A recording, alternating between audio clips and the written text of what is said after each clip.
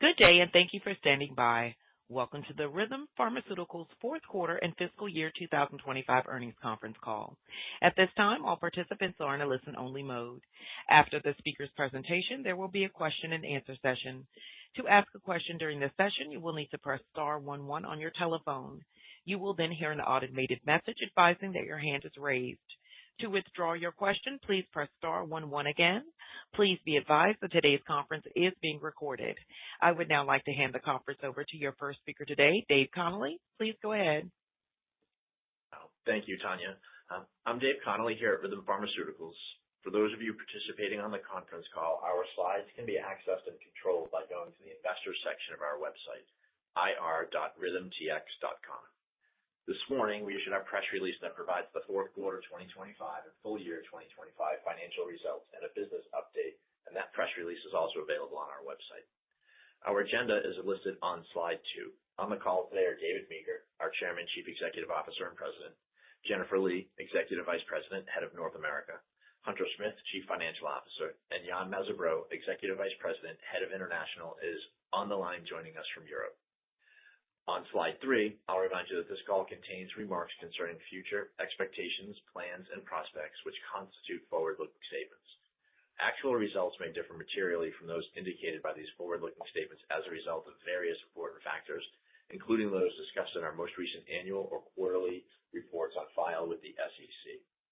In addition, any forward-looking statements represent our views as of today and should not be relied upon as representing our views as of any subsequent dates. We specifically disclaim any obligation to update such statements. With that, I'll turn the call over to David Meeker, who will begin on slide 5. Thank you, Dave. Good morning, and thank you all for joining. We pre-announced our revenue for the fourth quarter, highlighting the continued strong performance by our commercial teams. The BBS opportunity continues to grow at a steady rate, both in the United States and ex-U.S. markets. Jennifer's North American team, which was fully hired and in place at the start of the fourth quarter, continues to take full advantage of the PDUFA extension to prepare for our expected launch. Our growing early access experience with HO in Europe reinforces our belief in this opportunity, as Jan will highlight. I'm pleased to report we had our end of phase 2 meeting with the FDA for the bivamelagon HO study. We were able to share the 9-month data, which included a minimum of 6 months on drug for the original placebo patients. I will share these new data that show persistent BMI reductions and consistent safety and tolerability over the next few slides. Our goal will be to present the data, including the full 52-week data, at a medical meeting mid-year. Slide 6 is to remind you of the original bivamelagon phase 2 design. Patients were randomized to either placebo or one of 3 dosing cohorts for a period of 14 weeks. Last July, we announced positive top-line results at 14 weeks with patients in the 400 and 600 milligram arms achieving a mean BMI reduction of 7.7% and 9.3% respectively, similar BMI reductions as achieved by setmelanotide at the same time point. At the end of 14 weeks, the study remained blinded, and all patients were then redose escalated to preserve the blind from 200 milligrams to the target dose of 600 milligrams for the balance of the open-label extension period. Slide 7 shows the disposition of the 28 patients. As a reminder, 1 patient discontinued after the first visit due to rectal bleeding, judged unrelated to study drug. 1 64-year-old male who had lost 14.5% at 14 weeks in the 600 milligram cohort chose not to continue into the open label for personal reasons. Since then, 1 patient has stopped taking the drug but remains in the trial as a retained dropout. In summary, 26 of 28 patients remain active in the trial, including the retained dropout patients, so 25 out of 28 remain on active drug. The next 4 slides show individual patient data at 40 weeks. Slide 8 shows the placebo patients whose baseline BMI was calculated in this slide, whose baseline BMI was calculated from their 14-week clinic visit when they converted to active drug. With the exception of the 12-year-old female, who we believe was not compliant, all patients showed a response to drug after 14 weeks, which included the up-titration period, with further deepening at 26 weeks, the week 40 visit. And of note, 1 patient did not have her 40-week visit, but she remains in the trial. Similarly, for the original 200 milligram cohort on slide 9, all patients, with the exception of the retained dropout patient who is actively gaining weight and the patient who we believe is not compliant, have had a response at 28 weeks and further deepening at 40 weeks. The modest response on 200 milligrams alone at 14 weeks does suggest that this dose is probably subtherapeutic for many patients. Slides 10 and 11 show the data for the original 400 and 600 milligram cohorts. With the exception of the 2 patients who are not fully compliant, 1 each in the original 400 and 600 milligram cohorts, all patients have had a good response to drug, with 11 of 14 patients decreasing by 10% or more. The mean BMI decrease for the 400 milligram cohort at 40 weeks, including the non-compliant patient, was 10.8%, and the mean BMI decrease for the 600 milligram cohort, including the non-compliant patient who gained 7.5% and the patient who dropped out at 14 weeks, was 14.3%. Of note, the setmelanotide phase 3 data at the 40-week time point in patients not on a concomitant GLP-1 from our phase 3 study was 15%. With regard to safety, the drug is better tolerated when taken with a small amount of food. The side effect profile continues to mimic what we see with setmelanotide. The nausea and vomiting tends to occur early and then patients tolerize. The episodes of diarrhea tend to be a little more sporadic, are mild in severity, and no patients have discontinued because of diarrhea. In this trial, the compliance issues have been predominantly in the younger teenagers who we believe have struggled with the size of the pills. As we have indicated, we will have an easier to swallow single pill formulation going forward for each of 200, 400, and 600 milligram doses, and we will have a chewable tablet for younger patients. Next steps for this program will include bioequivalence studies comparing the new and old formulations, a drug-drug interaction study, and a hepatic impairment study. We expect to have the majority of this work completed and drug supply for phase 3 studies by the end of the year, with a goal of initiating the phase 3 HO study by year-end 2026. I would characterize our FDA meeting as highly constructive on multiple fronts. They confirmed that Bivo is ready to move to phase 3. As many of you know, we were hoping, given the prior setmelanotide data and the placebo cohort data, that we could negotiate a 6-month double-blind period and a smaller number of subjects, given the effect of the drug. They were firm that with a new chemical entity, a full 12-month double-blind randomized control trial would be required, as well as a larger number of patients to build up the safety database. We are awaiting the final minutes from that meeting, but expect that number to be closer to the full 142 patients studied in our setmelanotide trial. Our plan will be to run this trial largely in countries where setmelanotide will not be available for acquired HO in the near future, which should facilitate enrollment. There was no discussion of setmelanotide in the upcoming PDUFA date, but the FDA is communicating with us on the expected timeline, and we have received the first feedback on the label. I'm not going to make further comments today on that feedback, as it is preliminary and pending the final submission of data on all 142 patients, which will be incorporated into the label. As shown on slide 13, we have multiple upcoming milestones with PDUFA for HO, top-line data from our Japanese HO cohort, and the EMANATE readout all coming in March. For EMANATE, we are working to get the top-line data with a goal of releasing that data by the end of March. The PWS trial continues on track to get to the full 6-month data by mid-year. At our December release, we indicated that 1 patient had discontinued the trial. Since then, we've had no further dropouts, with all remaining 17 patients continuing on treatment. We have taken no further data cuts and have no further patient updates to provide on this call. The 718 weekly formulation continues to enroll in HO, and we are on track to have initial 3-month data by mid-year. With that, I'll turn the call over to Jennifer. Thank you, David. Starting with BBS, we had another steady quarter of growth in prescriptions as our teams continue to focus on educating healthcare providers to expedite patient diagnosis and working with payers to secure approval for reimbursement. Importantly, patients are benefiting from IMCIVREE therapy, as it is the only approved therapy that targets the root cause of rare MC4R pathway diseases like BBS. We continue to be inspired by patient success stories. For example, one adult male patient with BBS, who is a resident of an assisted living facility, had such severe hyperphagia and preoccupation with food that he could not participate in group outings. After 6 months on IMCIVREE therapy, He not only lost 40 pounds, but his hyperphagia had quieted down meaningfully, and now he's able to socialize with others and participate in group activities. Now on slide 15, our teams are continuing to prepare for the acquired hypothalamic obesity launch, pending regulatory approval and our March 20th PDUFA goal date. Acquired HO is a distinct post-injury neuroendocrine disease characterized by impairment of the MC4R pathway, leading to hyperphagia and accelerated and sustained weight gain. With an estimated prevalence of 10,000 in the United States, acquired HO represents a significant opportunity for Rhythm to expand the reach of IMCIVREE and the benefit it brings to patients. If approved, IMCIVREE would be the first therapy for these patients that currently have no approved treatment option. As we've discussed previously, we expanded our sales force from 16 to 42, all highly experienced launching new therapies in rare diseases. With the extra time ahead of launch, our engagement efforts have continued. Claims data helped us identify healthcare providers who we believe are caring for patients with acquired HO. Our HCP engagement has been focused on disease awareness to help drive suspected cases to formalized diagnoses of acquired HO. We already have engaged with HCPs who care for more than 2,000 patients diagnosed with or suspected to have acquired HO.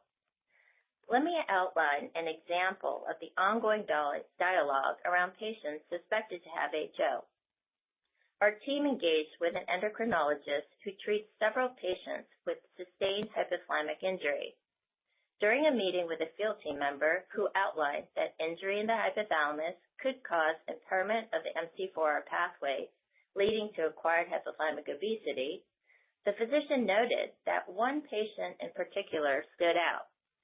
This patient experienced severe weight gain following treatment of a brain tumor, subsequently underwent gastric bypass surgery, and later initiated GLP-1 therapy with minimal benefit.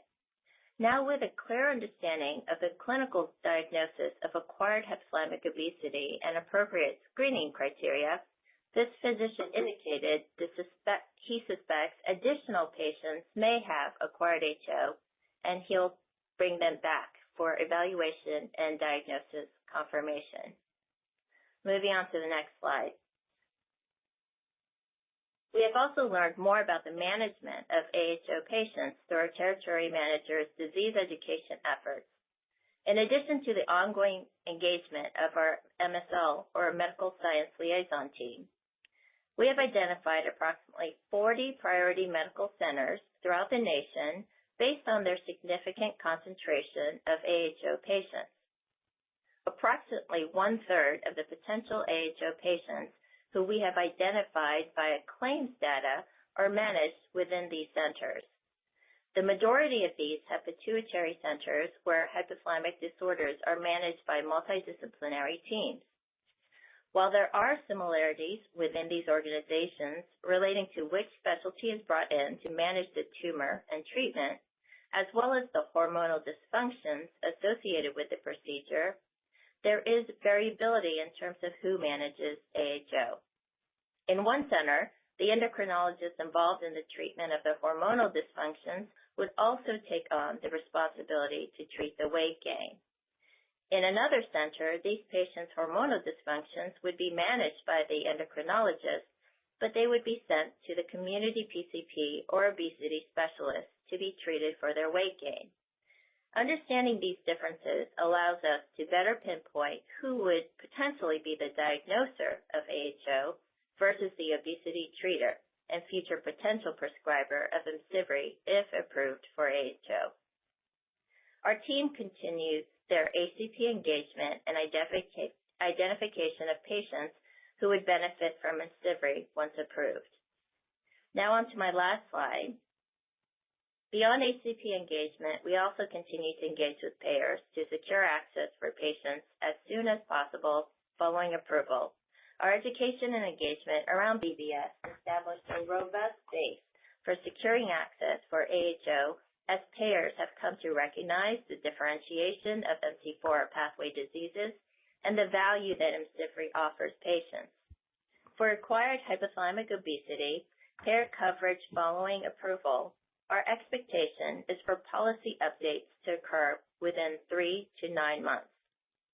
We are excited by the progress we have made and are ready for launch pending approval in acquired hypothalamic obesity. Now let me turn it over to Jan. Thank you, Jennifer. I will begin on slide 19. We had a strong year in 2025 as our international organization has grown to more than 100 employees across 13 countries. With the ongoing BBS and POMC/LEPR sales and the reimbursed early access programs for acquired hypothalamic obesity in France and Italy, IMCIVREE is now available in more than 25 countries outside the United States, including 8 countries newly added during the year. Our growth in 2025 was driven by sales in countries with established access and new countries coming online. Our team engages with key experts across Europe to advance education and the understanding of rare MC4R pathway diseases.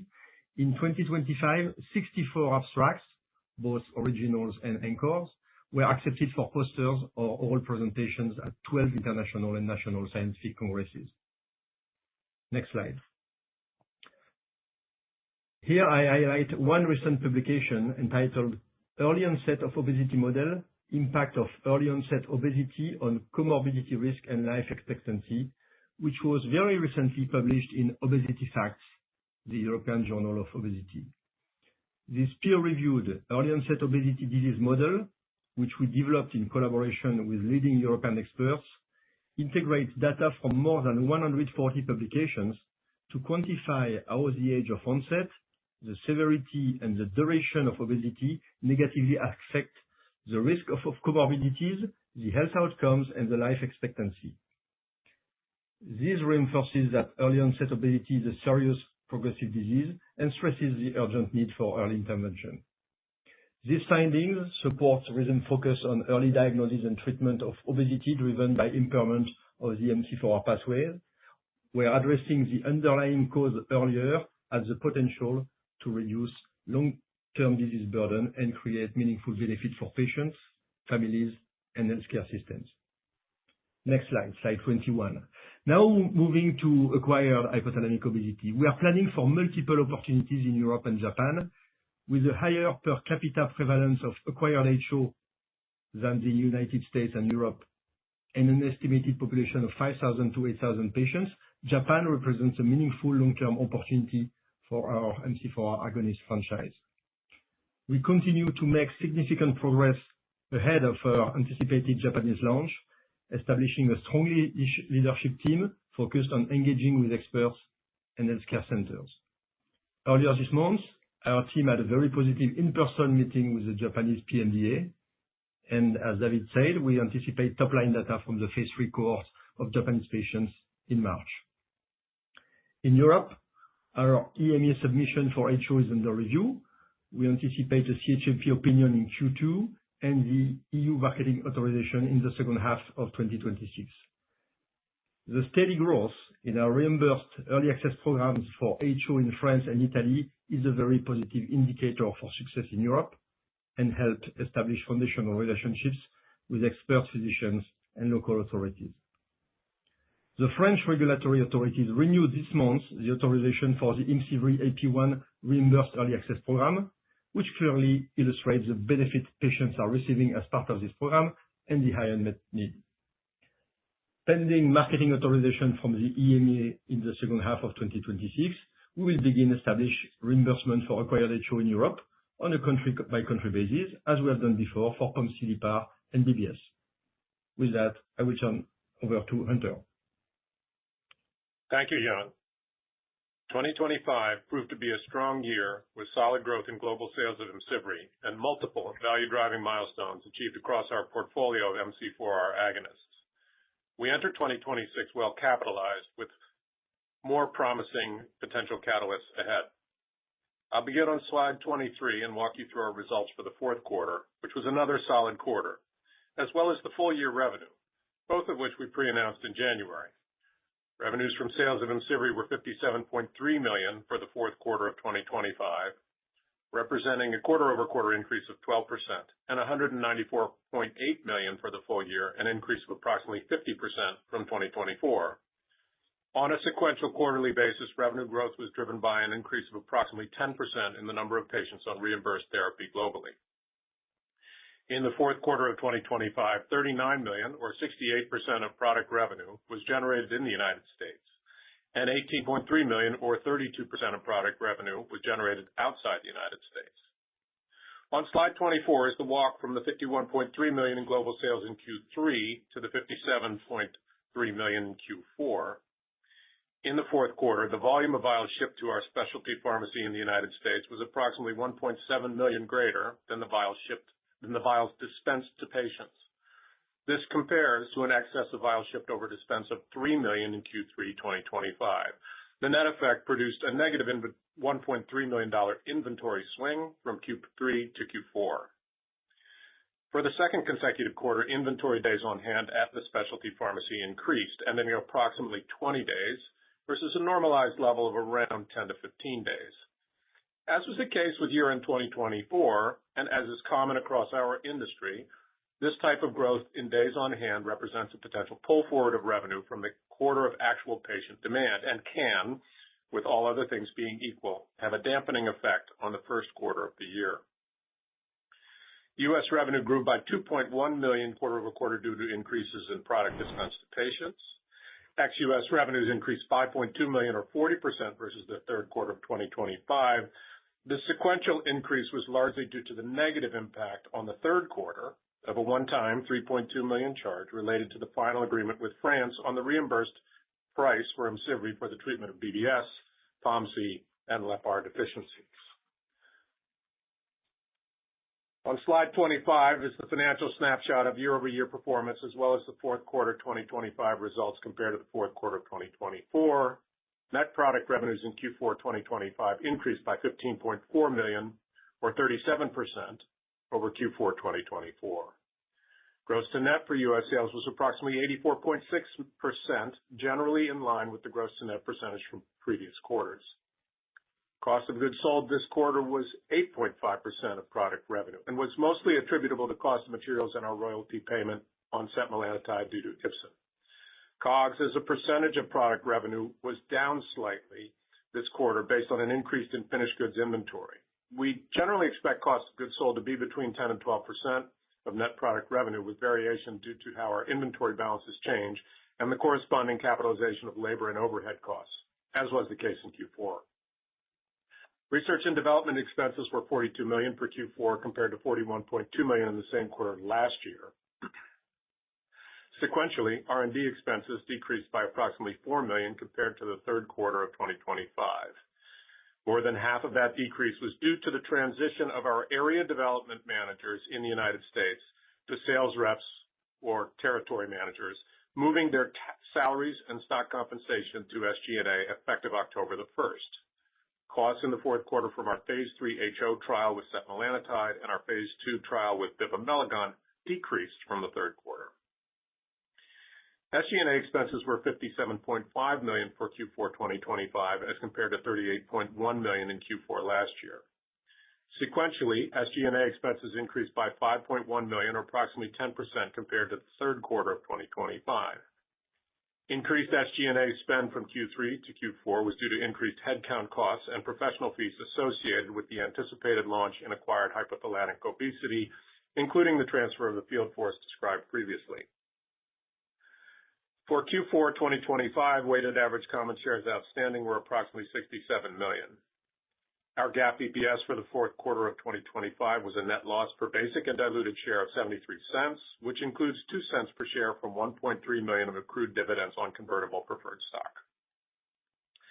Cash used in operations was approximately $25 million in the fourth quarter and $116 million for the full year.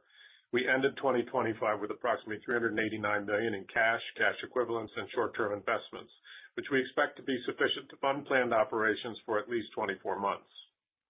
On slide 26, a few additional items of note.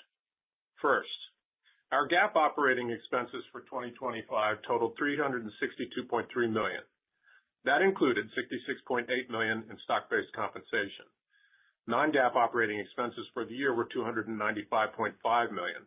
This came in at the lower end of the range that we guided for at this time last year. Our common share count is 68,285,039 shares as of February 24th. This number includes 729,164 shares of common stock, which were converted from preferred shares since the end of the third quarter. Recall we raised $150 million in gross cash proceeds through the issuance of convertible preferred shares in April 2024. Following this partial conversion, there are 202,395,831 potential common shares that could be converted from the remaining preferred shares. The recent conversions represented almost 25% of the initial preferred shares, hence reducing our liability of dividends payable to preferred shareholders. Lastly, on slide 27, we are offering annual guidance on non-GAAP operating expenses. For 2026, we anticipate approximately $385 million to $415 million, which includes non-GAAP R&D expenses of $197 million to $213 million and non-GAAP SG&A expenses of $188 million to $202 million. The overall increase in non-GAAP operating expenses for 2026 of approximately $104.5 million at the midpoint, which is about 35% over 2025, is the result of the success of our clinical programs in 2025 and represents future investments driving long-term growth and increasing shareholder value. There are three primary drivers of the growth in anticipated 2026 spending. First, approximately 30% of the year-over-year increase will come from increased spending on formulation development, manufacturing, and clinical supply of our next-generation MC4R agonists, bivamelagon and RM-718, as we continue to move both compounds through proof-of-concept studies and hopefully registrational studies in the coming years. Second, approximately 25% of the increase will be on U.S. commercial operations in support of the HO launch. Third, approximately 15% of the increase will be to build out Rhythm's operations in Japan in anticipation of a potential approval in HO. Overall, this forecasted year-over-year growth in operating expenses is the product of the last few years' clinical, regulatory, and commercial success, and represents a meaningful opportunity to invest in Rhythm's long-term potential to serve patients with MC4R pathway diseases. With that, I'll hand the call back over to David. Thank you.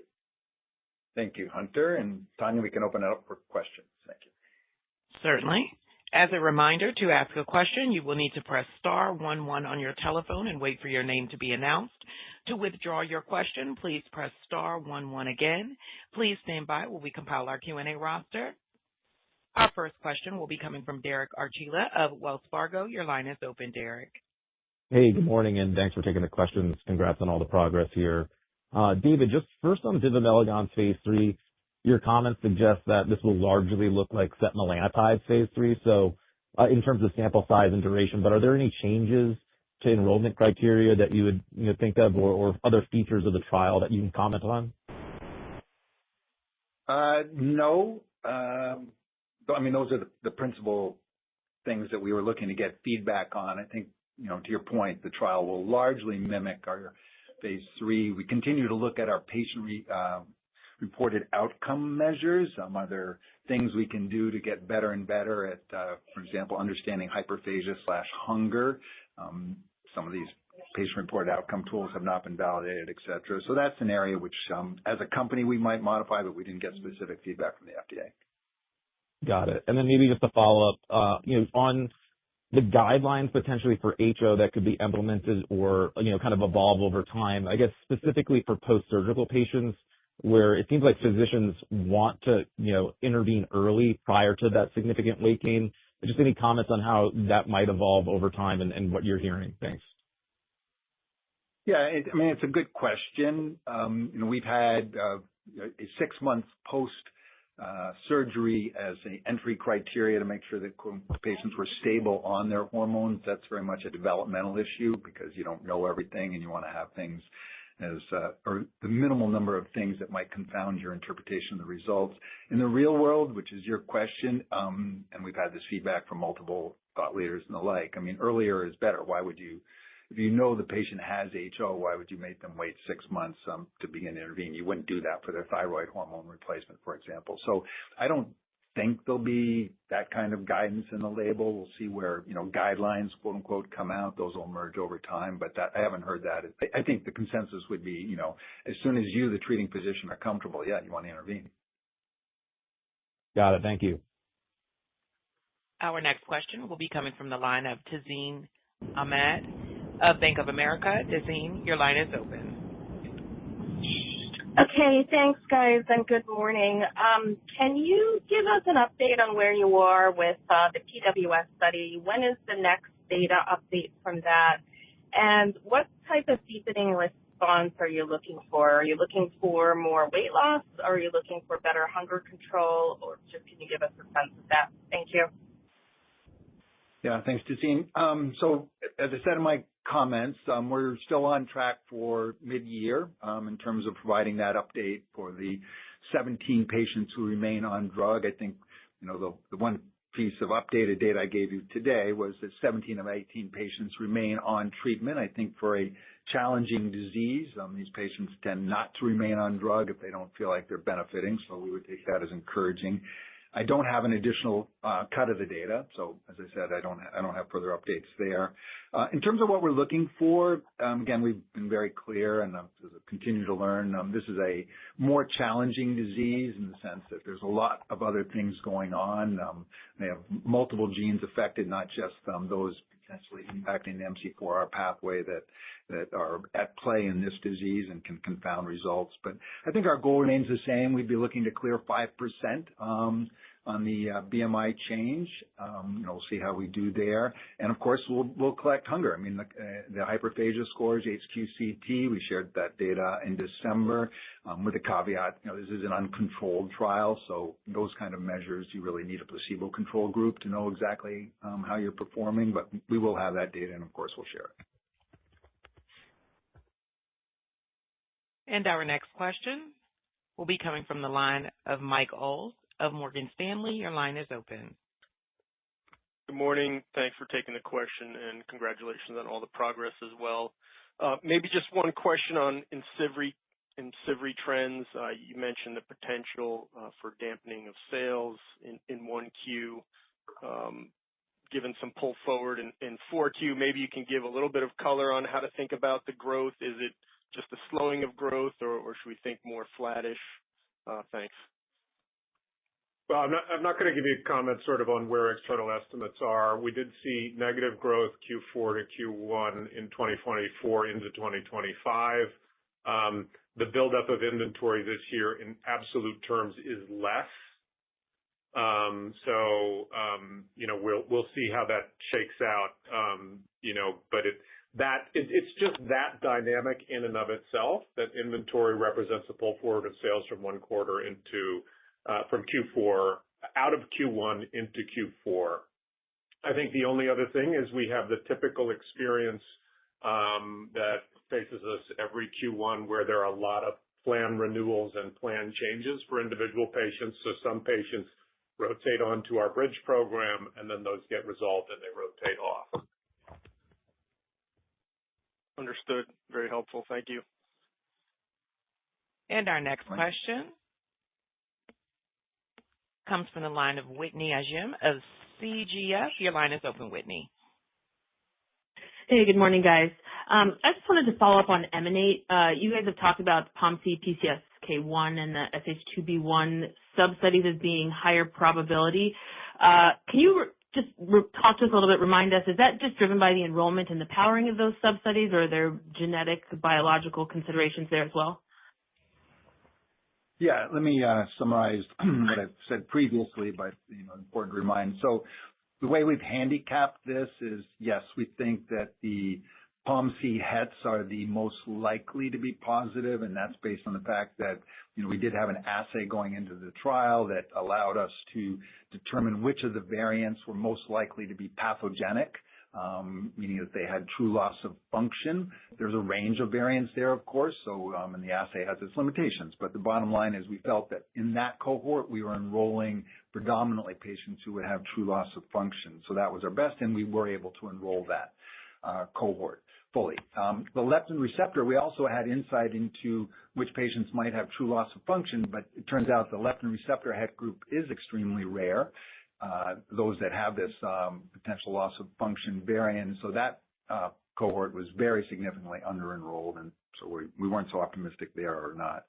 And then SRC1, mostly VUS, variant of unknown significance. Variants of unknown significance disproportionately tend to be benign. And so, again, we think there's a high risk that one may not be positive.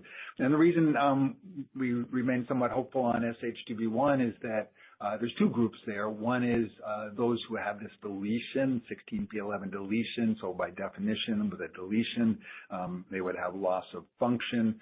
The other group of that's enrolled, the missense mutations associated with SH2B1, then you're back in this, how many of those are VUS, and of the VUS, how many are benign versus pathogenic. So long story short, that's how we handicapped it. Again, we're working to, get that data out by the end of the year. The other thing I've said is, like I said, we've been, careful and modest in terms of our, projections here and what we think might happen. I think whatever we get, we're going to learn a lot from these studies, and minimally, they will form the basis for the next round of studies with our next generation studies molecules, which we would do anyway. So when we report out, we'll try to give you some insight into how we think about the future there. Got it. That's helpful. And just one quick follow-up. Should we still be thinking about kind of the 5% weight loss as the kind of bar for success, either based on powering or just how you're thinking about it?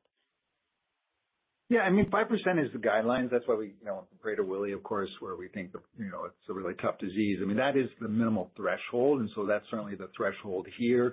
I think in some of our other indications, you get into, where the world expects more today from a weight loss drug, but technically it's 5% plus. I think, what we would look at is A, is the study positive, and then B, do we think it's clinically meaningful and would be a meaningful offering to the, to patients with that, specific genetic defect.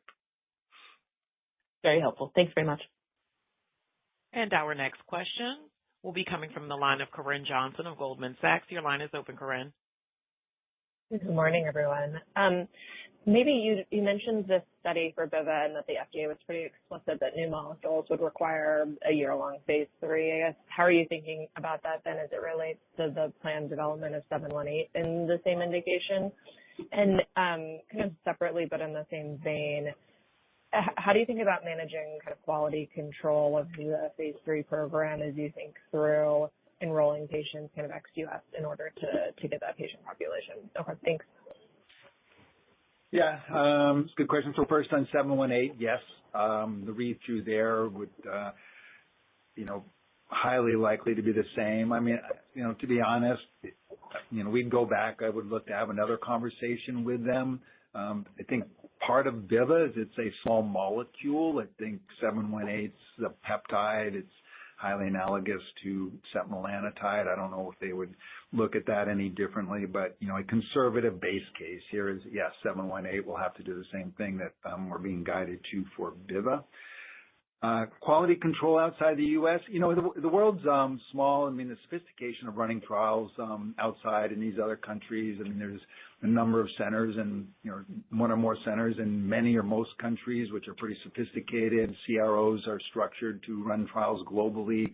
So I'm not at all worried about quality. No, you pay attention to that, and we'll be careful, of course, but I think quality control is not the issue. Our challenge, as always, is, rare diseases, you want to find sites that have good access to patients. Okay, thank you. And our next question will be coming from Phil Nadeau of TD Cowen. Your line is open, Phil. Good morning. Congrats on progress, and thanks for taking our questions. 2 from us. So first, in the bivamelagon phase 3 trial, what dose will you be exploring? It seems like you think 200 milligrams is underdosed. 600 did look a little bit more potent, but the patient numbers were small, so we're curious what dosing paradigm you'll use. And then second, on hypothalamic obesity, I think the last number of identified patients that you gave to us was 2,000. Sounds like as your sales reps are out there shaking the trees and doing medical education, you're finding more and more patients. So any update to that number? Thanks. Yeah. Sorry. So for the Sorry, what was the question on the phase 3? Yeah, the dose. Oh, dosing, sorry. So the dosing will be, we'll dose escalate from 200 up to 600. 600 will be the target dose. We look at the data the same way you did. I think there is a difference between 400 and 600 milligrams. I think we're still on a dose response part of the curve there. The other thing which has been pretty encouraging, and I will say, we've got, a number of patients out for the full year. And what happens, so I have a little insight there. I mean, what happens in HO is many of the patients continue to just gradually deepen over time. And I'll remind you back to a patient from our phase 2 study, the most severely affected, oldest individual in that trial, a 24-year-old man who had a starting BMI of 50 plus. And over a period of 4 years, he just continued to gradually decrease his BMI down to a normal BMI of 24. And I think, what we're seeing here is not inconsistent with that, is a gradual, deepening over time. And so the short answer to your question is yes, the target dose will be 600. There'll be patients who maybe do fine on 400, just as there are patients who do okay on 2 milligrams as opposed to 3, but with setmelanotide. But I think, we're incredibly encouraged here. And I think, this data gives us high confidence that this pathway is central to HO, and we're correcting, as you might expect, in a hormonal replacement strategy. With regard to patients, we updated in September, and we've stayed away from sort of giving you monthly or quarterly updates on those patient numbers because after a while I'm not sure how helpful that is. But you are absolutely correct, and as Jennifer highlighted in her comments, the team's been doing a lot of work. We're continuing to find more patients. So yes, that number's gone up. We're learning a lot about, the nature of this community, how many patients carry a diagnosis of HO and how many patients are quote unquote in the suspected category. So, this belief in the overall opportunity, the 10,000 is high, and it's higher than it was last September, for example, and we feel really good about the progress we're making. That's very helpful. Thank you. Thank you. Our next question will be coming from the line of John Wolleben of Citizens. Your line is open, John. Hey, thanks for taking the question. Just one on Japan. Hunter, you mentioned the investment you guys will be making there. Just wondering how we should think about the opportunity in Japan and the trajectory of a potential adoption. Yeah. Jan, you want to take that?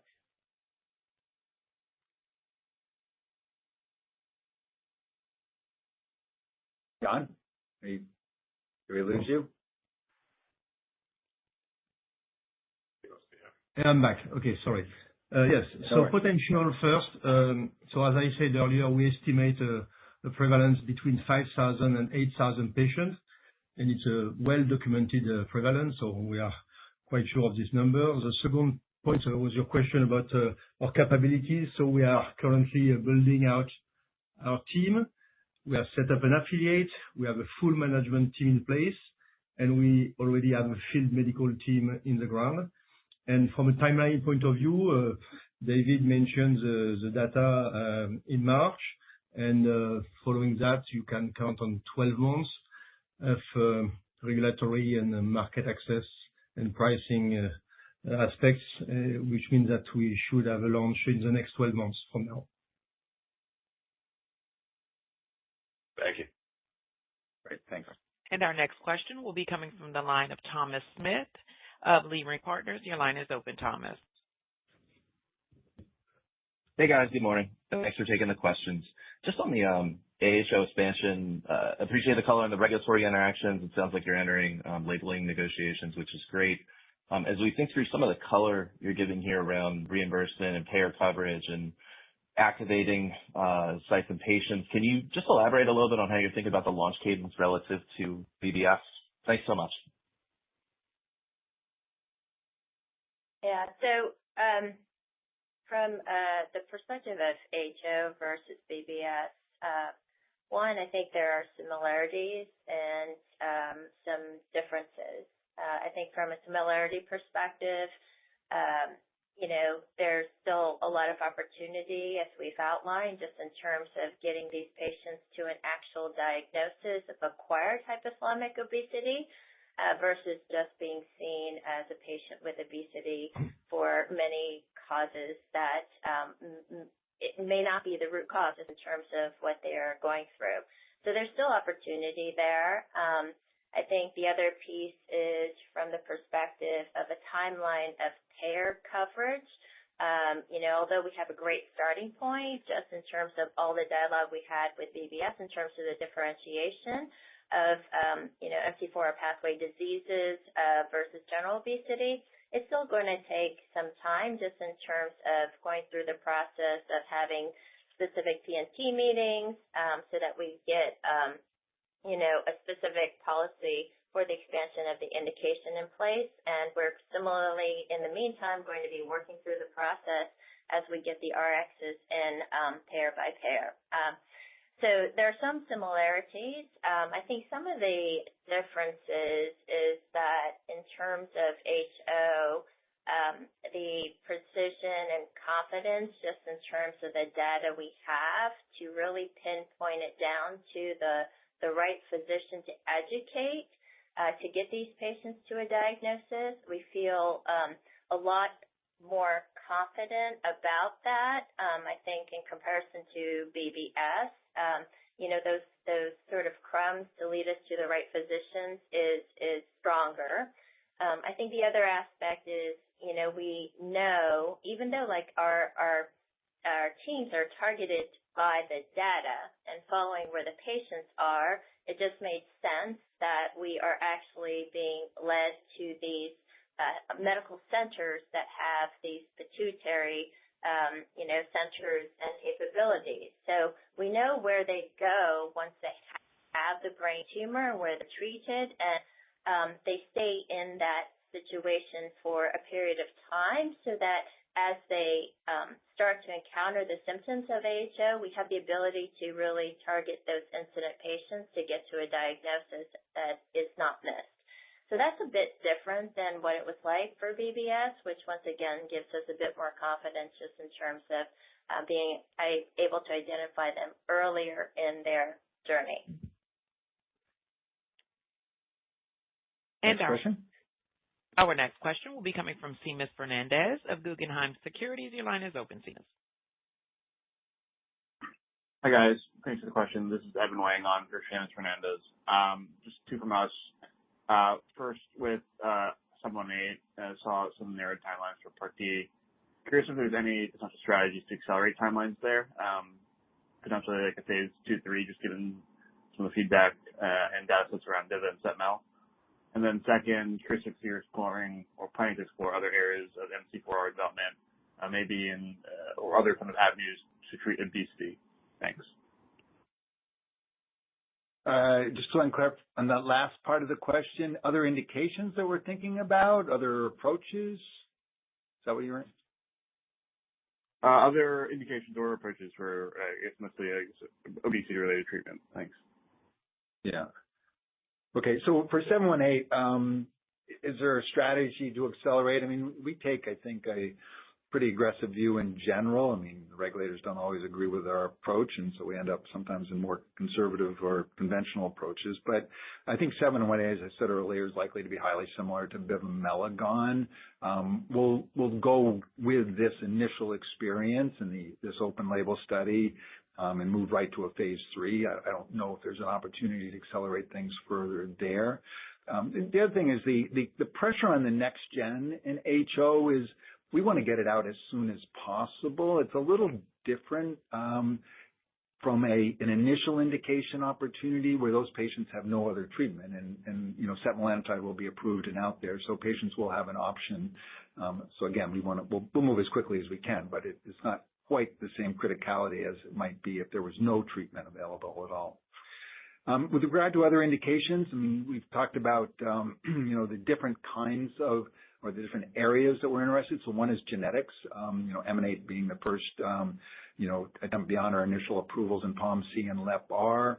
We have the DAYBREAK study. So we will be coming back to specific genes. We will do that development work, as we've said, with next generation molecules, probably not both molecules in every one of those genetic indications, but we'll come back to you with an updated plan there.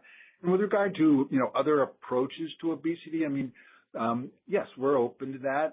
We have, early programs where we're thinking about different ways we might complement MC4R. That's all early. We're not at a point where we're prepared to talk about that yet, but we are fully committed to optimizing therapy for these patients with MC4R and deficiencies, and that would include potentially additional approaches. And our next question will be coming from the line of Joseph Stringer of Needham & Company. Your line is open, Joseph. Good morning. This is Eddie on for Joey. Appreciate you taking our questions. Just to follow up on MC4R and the M&A sub-studies, can you remind us again if you intend to submit these as a combined sNDA for a broader MC4R pathway, or just talk about how the regulatory path might necessitate sort of mutation-specific approvals, and then how this might change for these next-gen therapies as you kind of move through the trials in later years. And then follow-up, I'm sorry if I misheard. Did you say that in the BIVA HO-OLE that you saw moderately better results, patients not on GLP-1? If I heard that right, can you describe how that might be the case? Thank you. Let me take that last piece first. So, when we're trying to create an apples-to-apples comparison, we took the patients in our 040 phase 3 setmelanotide trial. If you remember, there was in the treated group about 15 patients who were on a GLP-1. That group did have a better result. If you remember, they got in the trial by not having responded to a GLP-1. Once they got setmelanotide, they had a very good response. And if you were just to look at that cohort, their actual percent decrease was greater than the group that did not get a GLP-1. Trial is not designed to, prove that might be a better outcome, but what we've concluded biologically is, yes, once you correct the underlying defect in setmelanotide, restore the hormonal deficiency, then your ability to respond to another anti-obesity medicine might be restored. And we gain weight for different reasons. And so if you're a patient who's got incremental weight because they love ice cream and they eat ice cream all the time, then, a GLP-1 in that setting, once you've corrected the hormonal deficiency, might make sense. So anyway, that was an apples and apples change there, and that was the goal there. Your question about M&A in terms of regulatory filing strategy, no, these will be filed individually. Even if all 4 were positive, we would file 4 separate sNDAs. They would be, like I said, one at a time evaluations. And then in the future, is there an opportunity for a mechanistic kind of approval that wouldn't require a full phase 3 for every genetic indication? I think that's possible. I would say we're definitely not, or the regulators are definitely not there today. But that's not an unreasonable question for the future.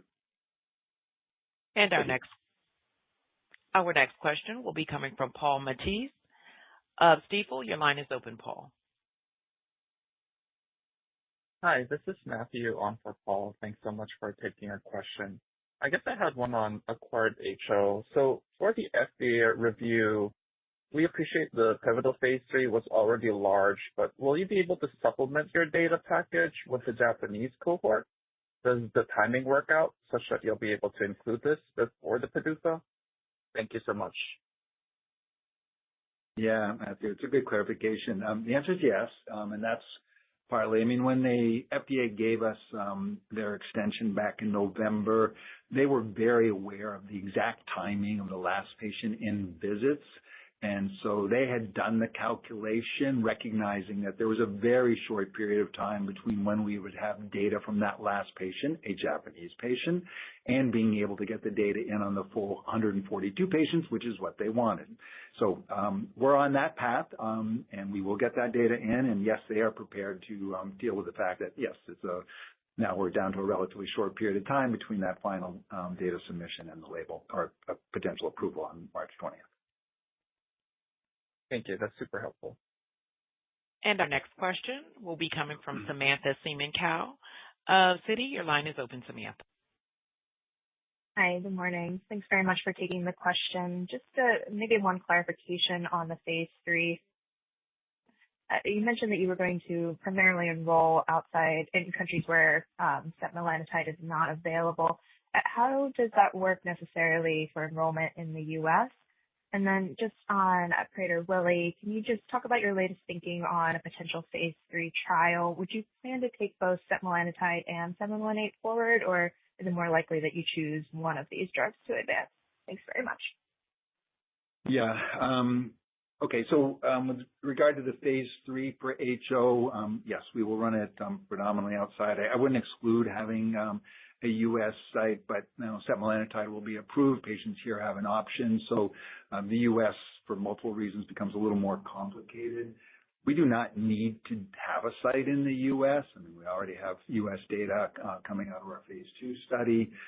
So I'm not so worried about our ability to execute the trial not using the U.S., but you never say never, so I would defer final decisions on that. So for Prader-Willi, setmelanotide versus 718, I think this is something, as we've highlighted before, the advantage of going forward with setmelanotide is, we've got data in setmelanotide already. It would be a supplemental NDA, and so we could, in a sense, roll into that phase 3. The advantage of going with 718, for example, is that it's a next gen. We're going to do a next gen study sooner or later, and that's the end game.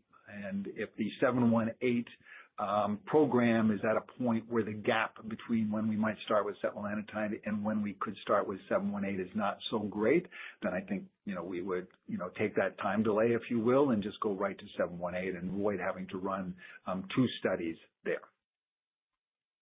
But that decision's yet to be made. We'll see how all of this plays forward. And our last question will be coming from the line of Lisa Walter of RBC. Your line is open, Lisa. Oh, great. Thanks so much for taking our question and congrats on the progress. I just have one on Viva. Wondering if you can expand on your dose selection comments. And I realize this might be a bit early as the phase 3 is not yet even started, but long term, is it possible patients could dose down with a maintenance dose if they happen to reach a normal BMI in the real world? Any color here would be helpful. Thanks so much. Yeah. I'll briefly repeat what I said before on the dose selection. I do think 200 is probably on the border in terms of being therapeutic for most patients. I think 400 to 600 is more likely in range, and 600 does seem to have, a continued dose response, and so 600 for sure will be our targeted dose, just the way 3 milligrams was our targeted dose in the HO setmelanotide trial. With regard to dosing down, what's interesting here is the biology, pathophysiology, it's a hormonal deficiency. So, in theory, you take whatever amount you need to restore your hormonal deficiency, but it's not a biologic setting where dosing down makes sense. So I think our expectation is most patients will stay at their target dose. That's been true with setmelanotide as we go forward. So it's not, you get your weight loss and then you can kind of go to a low dose to maintain. That's not the pathophysiology here.